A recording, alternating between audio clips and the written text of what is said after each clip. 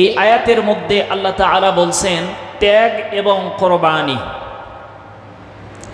ত্যাগ এবং কোরবানি সম্পর্কে আয়াতের মধ্যে যে বিস্তারিত আলোচনা রেখেছেন, অত্যন্ত সুন্দরভাবে আল্লাহ পাক পৃথিবীর মানুষদেরকে বুঝিয়েছেন ত্যাগ এবং কোরবানির মধ্যে দিয়েই আল্লাহ তাআলার সন্তুষ্টি অর্জন করা সম্ভব হয়। পৃথিবীর জমিনে কোনো মানুষ যদি ত্যাগ এবং কোরবানি করতে না পারে তো আল্লাহ তাআলাকে পাওয়া কোনোভাবেই সম্ভব নয়।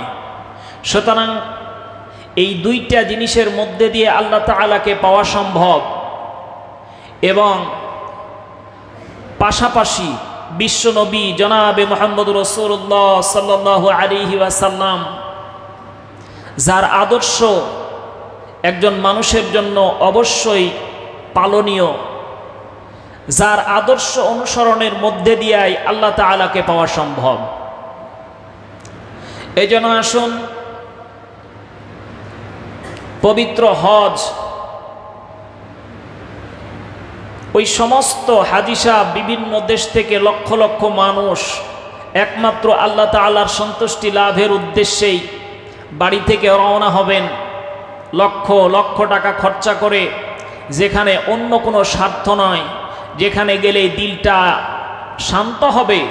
এবং আল্লাহ তাআলা বলছেন যদি তোমরা আল্লাহ তাআলাকে পাইতে চাও তাহলে অবশ্যই বাইতুল্লাহ কাবা শরীফ জিয়ারত করো।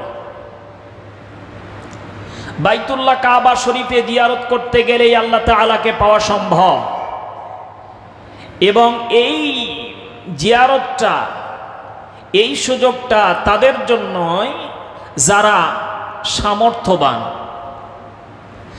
এই জন্য আল্লাহ রাব্বুল আলামিন ওই সমস্ত হাজী সাহেব, ওই সমস্ত ব্যক্তিদের আল্লাহ তাআলার সঙ্গে সান্নিধ্য লাভের উদ্দেশ্যে, সন্তুষ্টি লাভের উদ্দেশ্যে যখন রওনা দিবে তার নিয়তটা হতে হবে খালেস, অন্তরটা হতে হবে পাক এবং পবিত্র, যেই কথাটা গত জুমাতেও আলোচনা করেছি।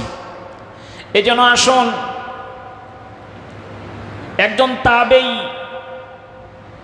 যিনি ফরজ হজ করেছিলেন, তিনি অত্যন্ত বড় মাপের একজন আলেম ছিলেন, অত্যন্ত বুজুর্গ মানুষ ছিলেন, যার নাম অনেকেই আমাদের কাছে পরিচিত, আব্দুল্লাহ বিন মুবারক রহমতুল্লাহি আলাইহি। তিনি এত বড় জবরদস্ত আলেম ছিলেন, আলেম সমাজের মধ্যে তিনি যখন উপস্থিত হতেন সমস্ত আলেম সমাজ তাকে উপস্থিত পাওয়ার পরেই তারা বলতো যে আসমানের মধ্যে অসংখ্য তারকার মধ্যে একটা মাত্র চাঁদ দেখা যায়।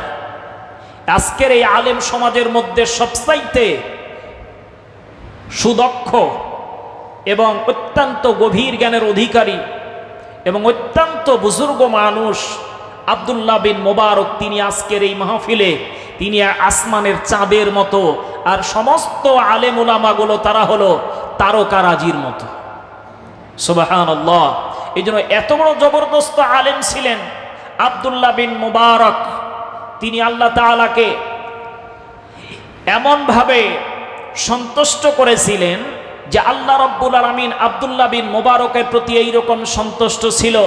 ছোট্ট বাচ্চা, 7 বছর বয়স, আব্দুল্লাহ বিন মুবারক 7 বছর বয়সের বাচ্চা, তিনি হজে যাওয়ার জন্য সমস্ত টাকা পয়সা কমপ্লিট করেছেন, সমস্ত কিছু কমপ্লিট। 7 বছরের বাচ্চা হঠাৎ করে বাড়িতে কান্নাকাটি করে। আব্দুল্লাহ বিন মুবারক রহমতুল্লাহি আলাইহি তিনি বলছেন, ছেলেকে ডেকে বলছেন যে বাবা, এই মুহূর্তে তুমি কাঁদো, তার কারণটা কি? কেন তুমি কাঁদতেছো? 7 বছরের মাসুম বাচ্চা আব্বাকে বলতেছেন, আব্বা জান, আমাদের প্রতিবেশী একজনের বাড়িতে দেখলাম গরুর গোশত রান্না হচ্ছে, অথবা এই রকম জাতীয় কোনো গোশত রান্না হচ্ছে। এই গোশতটা খাওয়ার জন্য, এই গোশত পাওয়ার জন্য যখন আমি প্রতিবেশীকে বললাম, মা গোশত খাবার আমার খুব ইচ্ছা হয়, এই গোশত খাবার জন্য যখন আমি ওই মহিলাকে বললাম, ওই মা আমাকে গোশত খেতে দিল না। একবার বললাম, দুইবার বললাম, তারপরেও আমাকে গোশত খেতে দিল না। তিনবারের বেলায় আমাকে সেখান থেকে বের করে দিয়েছে। যখন আমাকে সেখান থেকে বের করে দিল, আমি বাড়িতে আসতেছি আর কাঁদতেছি।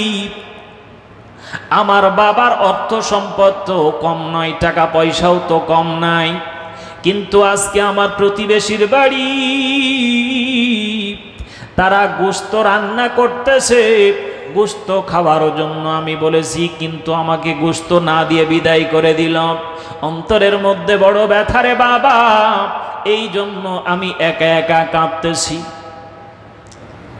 জবরদস্ত আলেমে দ্বীন আব্দুল্লাহ বিন মুবারক সন্তানকে সঙ্গে করে নিয়ে যখন প্রতিবেশীর বাড়িতে রওনা দিয়েছে, প্রতিবেশীর বাড়িতে যাওয়ার পর বাড়িতে ঢোকার পূর্বে সালাম দেয়, আসসালামু আলাইকা ইয়া আহলাল বাইত। ওই সমস্ত সাহাবা আজমাইনগণ, তাবেঈনগণ, তাদের মধ্যে রাসূলের আদর্শ ছিল, কোন বাড়িতে যখন প্রবেশ করতেন তখন অবশ্যই রাসূলের আদর্শ মোতাবেক বাড়িতে প্রবেশ করতেন। আজকে আমরা যদি কোনো বাড়িতে প্রবেশ করি, রাসূলের আদর্শের কথা স্মরণ থাকে না। আল্লাহর নবী বলেছেন, যখন তুমি কোনো বাড়িতে প্রবেশ করবা সঙ্গে সঙ্গে সালাম দিয়ে প্রবেশ করবা, এইটাই হলো রাসূলের সুন্নত।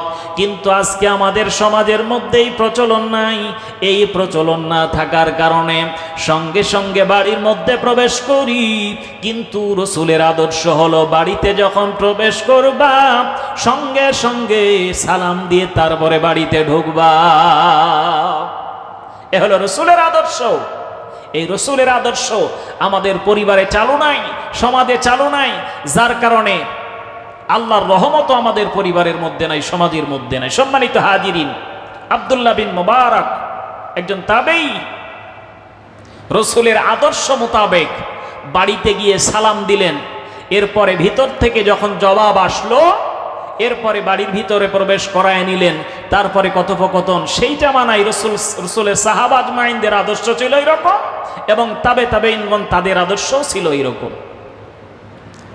সম্মানিত আল্লাহর গোলাম, আল্লাহ রাব্বুল আলামিন এই জন্য রাসূলের আদর্শের ব্যাপারে কোরআন কারীমের মধ্যে বলেন, ওয়া ইন্নাকা লাআলা খুলুকিন আযীম।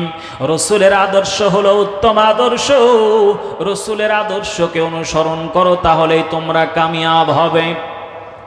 রাসূলের আদর্শ সাহাবা আজমাইনগণ অনুসরণ করেছেন।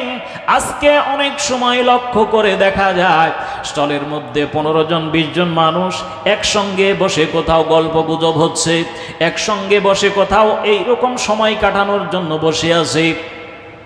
7 জনের মধ্যে 2 জনে পায়ের উপর পা দিয়ে বসে আছে, কিন্তু লক্ষণীয় বিষয় হলো ওর চাইতে ওর আরো সম্মানীয় ব্যক্তি কিন্তু তার পাশে বসে আছে।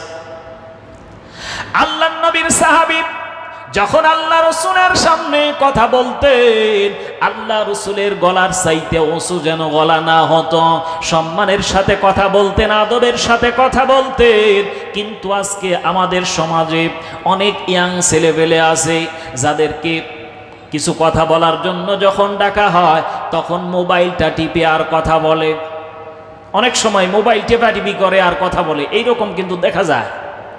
অনেক সময় কথা বলে, বড় মানুষের সঙ্গে কথা বলে আর নাক খুঁটলাই, বড় মানুষের সঙ্গে কথা বলে আর কান খুঁটলাই, আর চুল ভাঁজ দেয়, বিভিন্ন রকমের অঙ্গভঙ্গি করে। কিন্তু সম্মানিত হাজিরিন, রাসূলের আদর্শ কিন্তু এই রকম না। আল্লাহ রাসূলের সামনে যখন কোনো সাহাবী এই রকম ভাবে দণ্ডায়মান হয়েছেন, তার সঙ্গে কথা বলেছেন, সমস্ত সাহাবীদের আদর্শ ছিল, সমস্ত সাহাবীদের মধ্যে সেই রাসূলের আখলাক থাকার কারণে সম্মানের সাথে, আদর্শের সাথে আল্লাহ রাসূলের সামনে তারা কথা বলতে।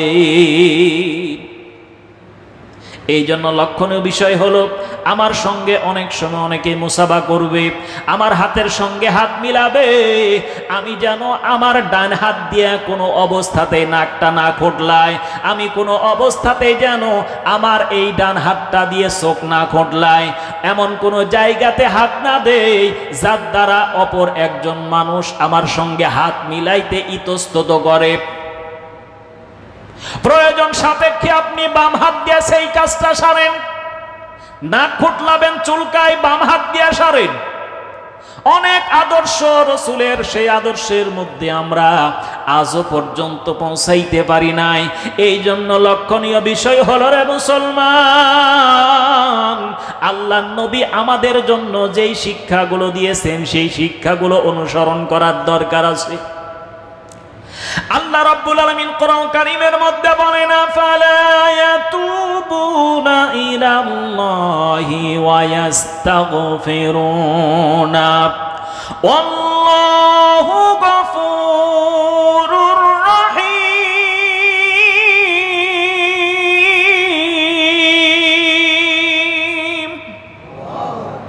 আল্লাহ রাব্বুল আলামিন ওই সমস্ত মানুষদেরকে বললেন, তোমাদের জন্য পৃথিবীর জমিনে দুইটা জিনিসকে আমি দান করেছি, একটা হলো আল্লাহর কোরআন, দুই নাম্বারটা হলো রাসূলের সুন্নাত। এই দুইটা জিনিসকে অনুসরণ করবা, পৃথিবীর জমিনে শয়তান তোমাকে ওয়াসওয়াসা দিতে পারবে না, কোনো অবস্থাতেই পথভ্রষ্ট হবে না রে মুসলমান। আল্লাহ রাব্বুল আলামিন তোমার জন্য পথটাকে সুগম করে দিবেন, বলেন সুবহানাল্লাহ। একজন তাবেঈ আব্দুল্লাহ বিন মুবারক সালাম দিয়ে বাড়িতে প্রবেশ করেছেন। এরপরে বাড়িতে যাওয়ার পর বাড়ির মালিক আশ্চর্য হয়ে গেল, এত বড় জবরদস্ত আলেম আমার বাড়িতে আসলো, কোথায় বসতে দেই?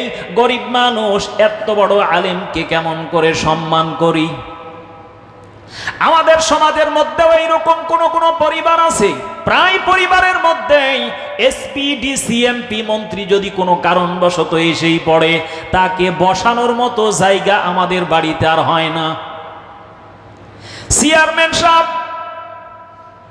যদি বাড়িতে আসে, সোফা চেয়ারের জন্য বন্দোবস্ত করার চেষ্টা করি, কিন্তু একজন জবরদস্ত আলেম যদি যায়, সাধারণ একটা টুল দিলেই যথেষ্ট হয়। কিন্তু এই আলেম কোনো অবস্থাতেই বলবে না, ওর বাড়িতে গিয়েছিলাম একটা টুলে বসতে দিয়েছে। কিন্তু লক্ষণীয় বিষয় হলো, সম্মান আদর্শ আল্লাহ রাব্বুল আলামিন রাসূলের জামানা থেকে সাহাবা আজমাইনদের মধ্যে ছিল। আব্দুল্লাহ বিন মুবারক বাড়িতে ঢোকার সঙ্গে সঙ্গে বাড়ির মালিক আশ্চর্য হয়ে গেল, বলছেন যে হুজুর, আপনি এই মুহূর্তে আমাদের বাড়িতে আসলেন, আপনি এত বড় মানুষ, আমরা হলাম গরিব অসহায় মানুষ, আমাদের বাড়িতে আপনার পদার্পণ হয়েছে, আপনাকে কোথায় বসতে দেই, কিভাবে সম্মান করি বুঝতে পারি নাই। আব্দুল্লাহ বিন মুবারক বলতেছেন, ভাইজান, আমার হাতে সময় কম, বসার সময় নাই, কিন্তু একটা কথা জানার জন্য আসলাম।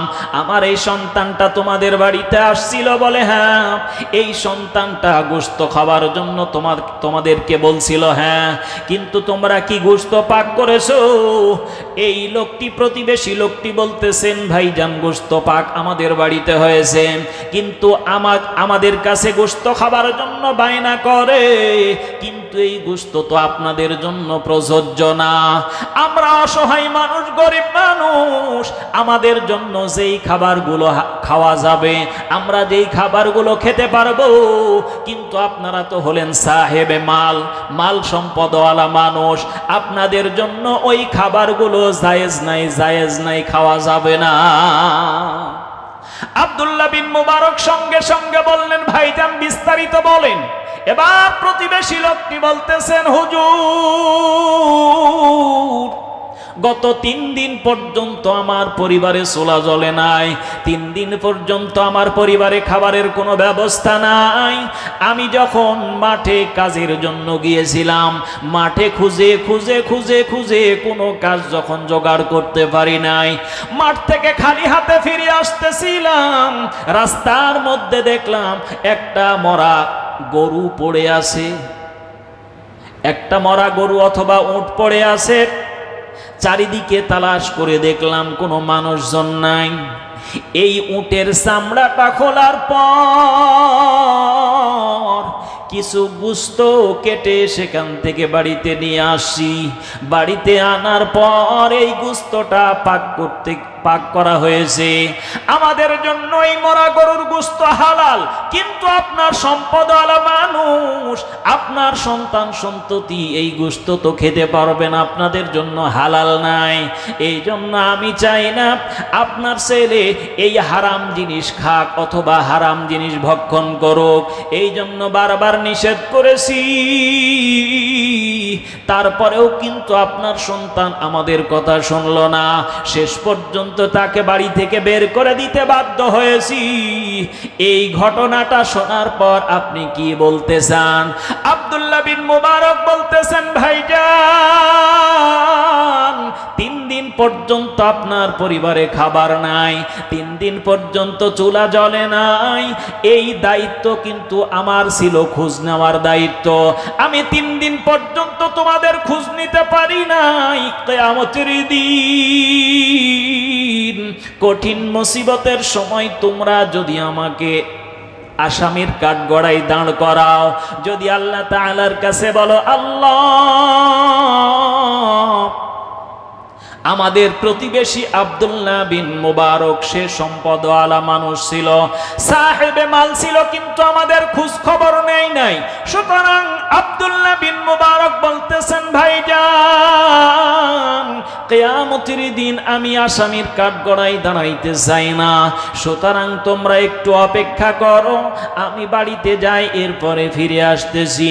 সন্তানকে সঙ্গে করে নিয়ে আব্দুল্লাহ বিন মুবারক বাড়িতে আসার পর হজে যাওয়ার জন্য যেই টাকা পয়সাগুলো কাছে ছিল, সমস্ত টাকা পয়সাগুলো সবগুলো নিয়ে ওই প্রতিবেশীর বাড়িতে হাজির। প্রতিবেশীর হাতে টাকাগুলো দিয়ে বলতেছেন, ভাইজান আমাকে মাফ করে দাও, 3 দিন পর্যন্ত তোমার কোনো খোঁজ খবর আমি নিতে পারি নাই। এই টাকাটা তুমি ব্যবসা করো, খাবারের জন্য প্রয়োজন সারো, এই টাকাগুলো তোমাকে আমি দিয়ে দিলাম।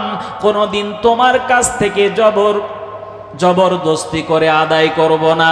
এই টাকার প্রতি আমার কোনো দাওয়া দাবি থাকবে না। এই টাকাগুলো আমি ফি সাবিলিল্লাহ তোমার কাছে দান করে দিলাম। বলেন সুবহানাল্লাহ। আব্দুল্লাহ বিন মুবারক যখন এই টাকাগুলো বুঝিয়ে দিয়েছেন, এরপরে বাড়িতে আসলেন। পুরা 41 দিন পর আব্দুল্লাহ বিন মুবারকের অত্যন্ত নিকটতম বন্ধু, এই বন্ধু আব্দুল্লাহ বিন মুবারকের সঙ্গে সাক্ষাৎ হয়ে গেল। হঠাৎ করে যখন সামনাসামনি হাজির, বন্ধু বলতেছেন, ও বন্ধু আব্দুল্লাহ বিন মুবারক, হজ থেকে তুমি কবে আসলা? কখন তুমি বাড়িতে ফিরেছো? আব্দুল্লাহ বিন মুবারক বলতেছেন, বন্ধু তুমি কি ভুল বলতেছো নাকি? বলে না, আমি তো সঠিক বলতেছি।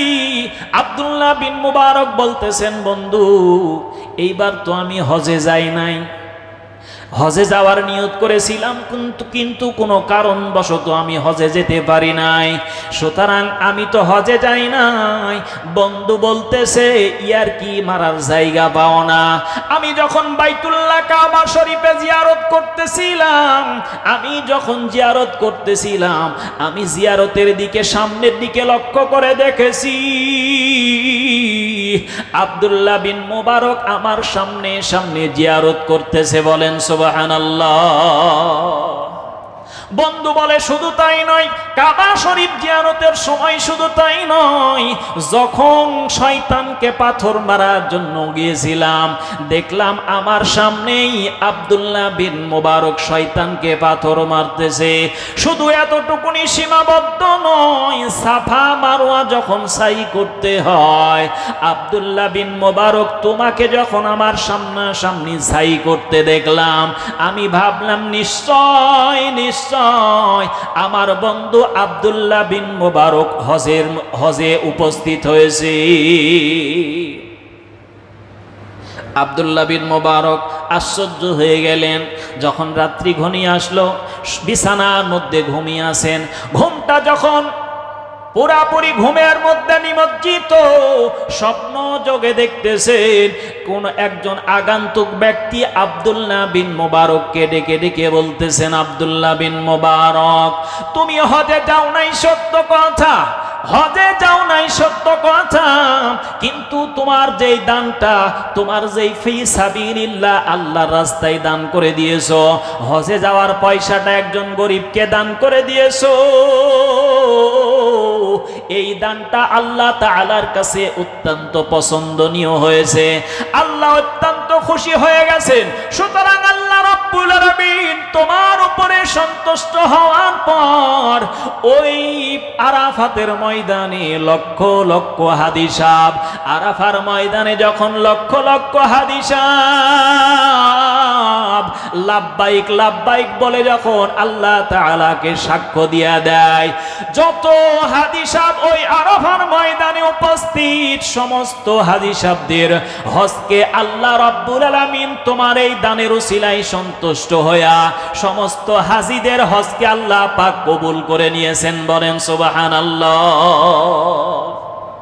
সম্মানিত আল্লাহর গোলাম, এই জন্য আল্লাহ রাব্বুল আলামিন কোরআন কারীমের মধ্যে বলেন, ইন্নাল্লাহা মা'আল্লাযীনা তাকাও ওয়াল্লাযীনা হুম মুহসিনুন।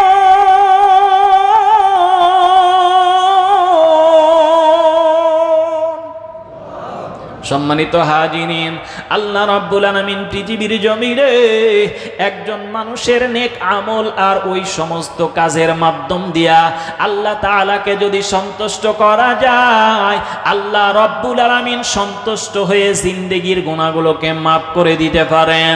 এই জন্য সব সময় খেয়াল রাখো রে বান্দা, এই পৃথিবীর জমিনটা অল্প সময়ের জন্য, অল্প দিনের জন্য, অল্প সময়ের জন্য, এই দুনিয়ার জমিনে খেল তামাশা করে কাটানোর সময় না, আল্লাহ রাব্বুল আলামিনকে সন্তুষ্ট করে যাওয়ার জন্য তৈরি হও। একটা বারের জন্য খেয়াল রাখো, প্রথমেই যেই কথা বললাম, মৃত্যুকে আল্লাহ রাব্বুল আলামিন দান করেছেন, আবার জীবনকেও আল্লাহ পাক দান করেছেন। তাবারাকাল্লাযী বিয়াদিহিল মুলকু ওয়া হুয়া আলা কুল্লি শাইইন কাদির আল্লাযী খালাকাল মাউতা ওয়াল হায়াতা লিয়াবলুয়াকুম আইয়ুকুম আহসানু আমালা।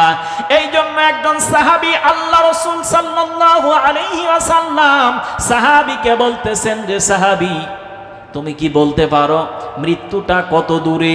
সাহাবী বলতেছেন, ফজরের নামাজ আদায় করেছি, জোহরের নামাজ আদায় করতে পারবো কিনা এই গ্যারান্টি নাই। আর একজন সাহাবীকে জিজ্ঞাসা করলেন, উনি বললেন, জোহরের নামাজ আদায় করেছি, আসরেরটা নামাজ আদায় করতে পারবো কিনা গ্যারান্টি নাই। এরপরে আর একজন সাহাবীকে বলেন আসর পড়েছি, মাগরিব পড়তে পারবো কিনা গ্যারান্টি নাই, মাগরিব থেকে এশা পড়তে পারবো কিনা গ্যারান্টি নাই। আল্লাহ নবী বললেন, তোমাদের সকলের মন্তব্যটা ঠিক আছে, কিন্তু মৃত্যুটা এর চাইতেও আরো নিকটে। সাহাবীরা জিজ্ঞাসা করলেন, ইয়া রাসূলুল্লাহ, তাহলে মৃত্যুটা কতখানি নিকটে? আল্লাহর নবী বললেন, মৃত্যু এত নিকটে, এই যে নাক আর চোখ, এই নাক আর চোখের মধ্যে যতটুকুন দূরত্ব, একটা জীবের জন্য মৃত্যুটা এইরকম দূরত্বের মধ্যে রয়েছে। নাক আর চোখের কতখানি পার্থক্য, কতখানি দূরত্ব, এই দূরত্বের মধ্যে প্রত্যেকটা জীবের মৃত্যু ঘোরাঘুরি করে। সম্মানিত হাজিরিন, এর জন্য আসুন আল্লাহ সুবহানাহু ওয়া তাআলা পৃথিবীর জমিনে জীবন মৃত্যু, দিন রাত, ঝড় বৃষ্টি তুফান যাবতীয় কিছু একমাত্র সেই আল্লাহ পাকের ইচ্ছায় হয়। সুতরাং আপনার আমার ইচ্ছাতে কোনো কিছুই করা সম্ভব নয়। যে আল্লাহ পাকের এত পাওয়ার, এত ক্ষমতা, যে আল্লাহ পাক ইচ্ছা করলেই বাড়িতে বসে বাইতুল্লাহ কাবা শরীফ জিয়ারত করার মতো এইরকম পরিবেশ তৈরি করে দিতে পারেন। সুতরাং একমাত্র লক্ষ্য এবং উদ্দেশ্য হতে হবে, আমি আল্লাহ তাআলাকে সন্তুষ্ট করব। আল্লাহ তাআলাকে সন্তুষ্ট করে কোনো বান্দা যদি সামনের দিকে অগ্রসর হতে পারে, আল্লাহ সুবহানাহু ওয়া তাআলা তার উপরে সন্তুষ্ট হয়ে তার জন্য সব কিছু উন্মুক্ত করে দিবেন। বলেন সুবহানাল্লাহ।